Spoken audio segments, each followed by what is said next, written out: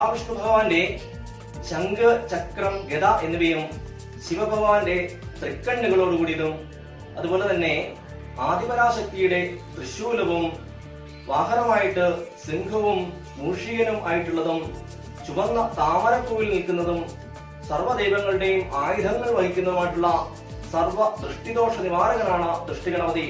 ഒരാൾക്ക് സർവ്വ ഐശ്വര്യങ്ങളും പ്രദാനം ചെയ്യുവാനായിട്ട് ദൃഷ്ടിഗണപതിക്ക് സാധിക്കുമെന്നാണ് വിശ്വാസം. ദൃഷ്ടിഗണപതിയുടെ തലയ്ക്ക് മീതെ 9 ശ്രേഷ്ഠ നാഗങ്ങളും ദൃഷ്ടിഗണപതിയുടെ ചുറ്റുമുള്ള പ്രഭാവലയത്തിന് 51 കണ്ണുകളും ഉള്ളതായിട്ടാണ് പറയുന്നത്.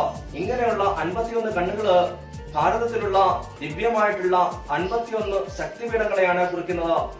വീടിന്റെ പ്രധാന വാതിലിന് മുകളിലായിട്ട് വേണം ദൃഷ്ടിഗണപതിയുടെ രൂപം സ്ഥാപിക്കാനായിട്ട്. സ്ഥാപിക്കുന്ന സമയത്ത് ആ വാതിലിന് മുകളിൽ അകത്തേക്ക് ദൃഷ്ടിയായിട്ട് മറ്റൊരു ദൃഷ്ടിഗണപതിയുടെ രൂപം കൂടി സ്ഥാപിക്കാനായിട്ട് ശ്രദ്ധിക്കണം.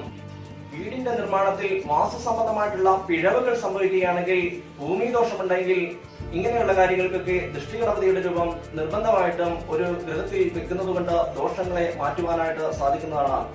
സാമ്പത്തിക സംബന്ധമായിട്ടുള്ള പുരോഗതി കൈവരിക്കുന്നതിന് വേണ്ടിയിട്ട് ഒരു ജോഡി ദൃഷ്ടിഗണപതി രൂപങ്ങൾ ഒന്നിച്ച് വെക്കണമെന്നാണ് പറയുന്നത്. എന്തെന്ന് വെച്ച് കഴിഞ്ഞാൽ അതിൽ ഒന്നിന് ഋദ്ധി എന്നും മറ്റൊന്നിന് സിദ്ധി എന്നുമാണ് അറിയപ്പെടുന്നത്. ഋദ്ധി എന്ന വാക്കിന്റെ അർത്ഥം സമൃദ്ധി എന്നും സിദ്ധി എന്ന വാക്കിന്റെ അർത്ഥം വരം അല്ലെങ്കിൽ അഭയം എന്നുമാണ്.